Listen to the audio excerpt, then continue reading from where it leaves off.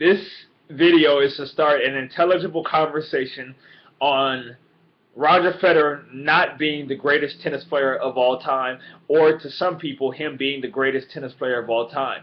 First, I'm going to start off with a comment that I read, and I thought it made a lot of sense. And it goes like this. I think any attempt to define the greatest ever player is flawed. We should appreciate each of the greats for what they have brought to the game. However, as I totally disagree with your selection, I'll give this my thoughts. Roger Federer dominated an era of tennis in which no other greats existed. He won the majority of his titles during this time. Once Nadal and Djokovic emerged on the scene, Federer has only won majors in which he defeated lesser players, and against Murray before his recent step to being a world-dominating world beater of a tennis player. For a person to be considered the greatest ever, they need to be better than every other player to have played the game.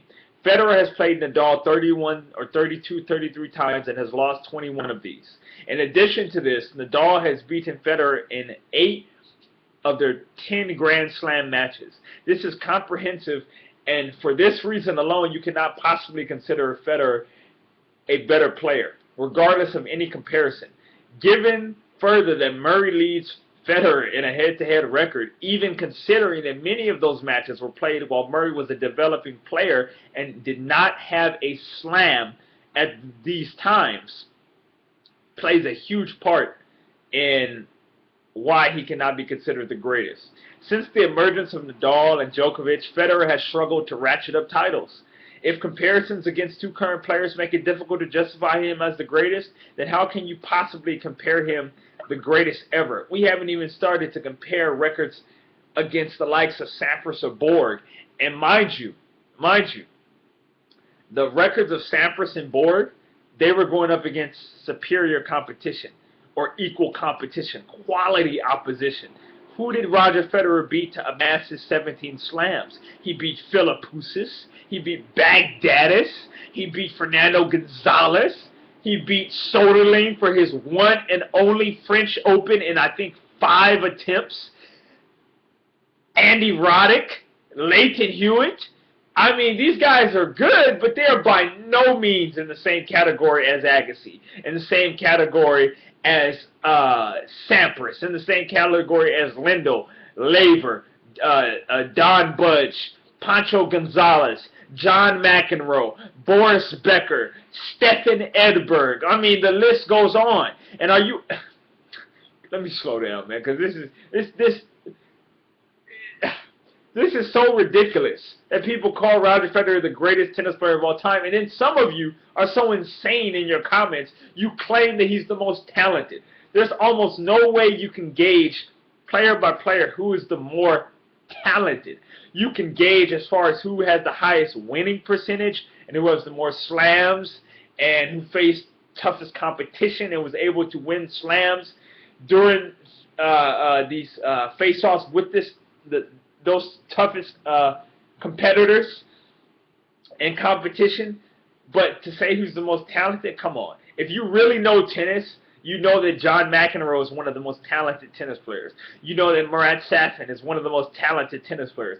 You know that Marcelos Rios is one of the most amazing tennis freaks that tennis has ever produced. Also, it's my opinion that Roger Federer would not have dominated in the 60s, in the 70s, in the 80s, in the 90s, in the early 90s. There's no way. Now, would he have won slams in those eras? I think he would have. But would he have dominated and racked up 17 slams? Impossible. No way. No way do I see him beating Sampras in slams 6 out of 10 times. No way. Not to mention, this is what gets me.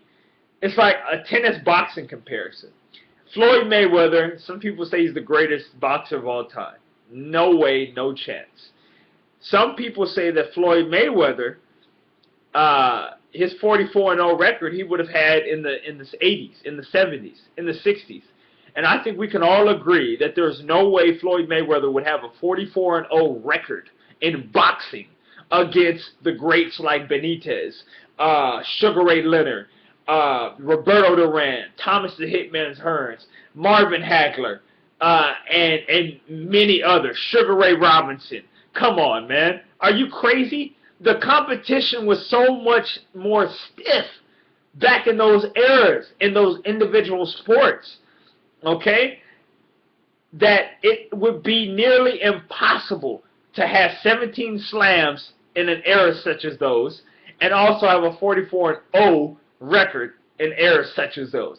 Now, many of you bring up you can't compare generations. That is bullshit, because as the technology changes in tennis, the racket technology in tennis changes, the mindset of a champion has not changed for thousands of years in any sport. The mindset of a champion never changes. And while we're on the mindset of champions, what champions did Roger Federer beat to amass his 17 slams?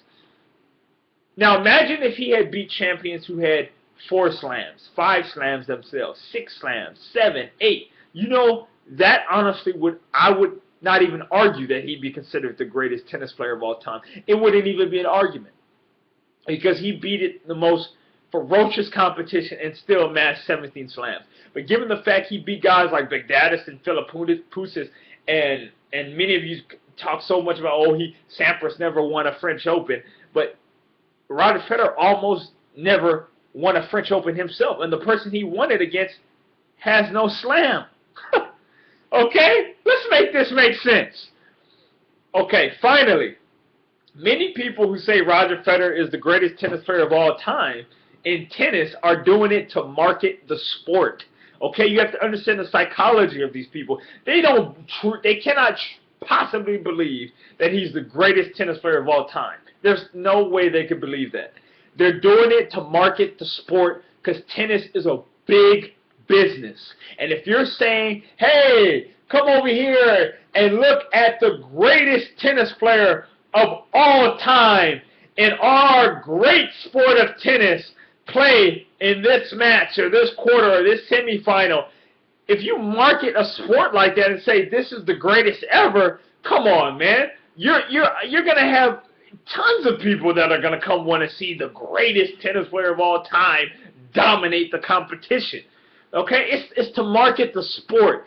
And Rafael Nadal, he's a very modest guy. He's a beautiful monstrosity freak of tennis that was always one of my favorite tennis players, and was my favorite tennis player before Novak Djokovic, the man with the titanium balls of steel. But he only says that Roger Federer is the greatest tennis player of all time because it makes him look better.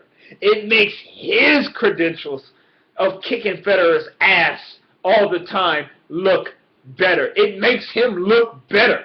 Oh my gosh, this guy is saying that he's the greatest tennis player of all time, but he himself has beat this man savagely, brutally, rapist-like, many times, but he himself is saying that he is not as good as that person who he's kicked his ass several times.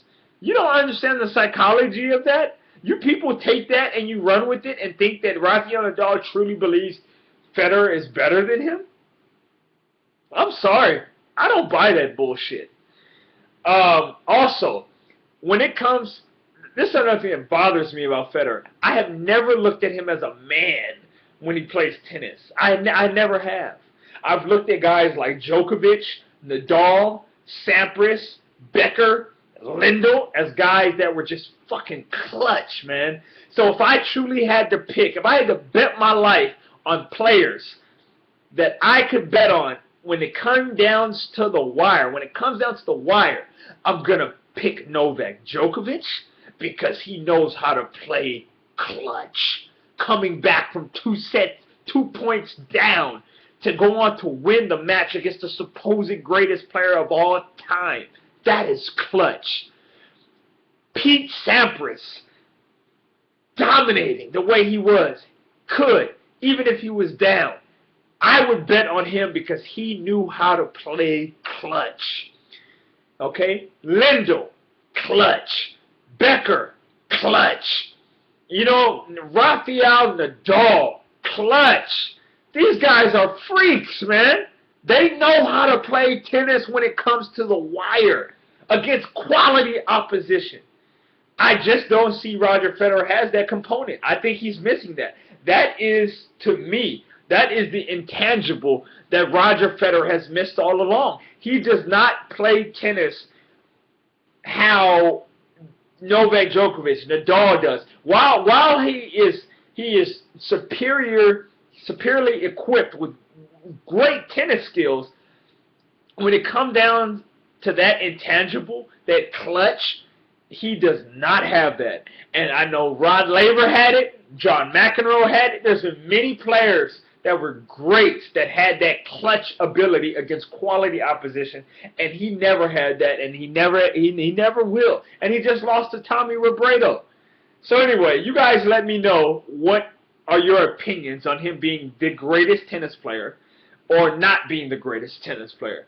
And remember, anytime you hear people say he's the greatest tennis player, you ask them about tennis history. Ask them about tennis statistics. Ask them about the opposition of these past great champions, who they beat, how they beat them, how consistently they beat them, and just probe them on if they know tennis history. Most people who say he's the greatest tennis player have never picked up a tennis great magazine. They have never studied tennis.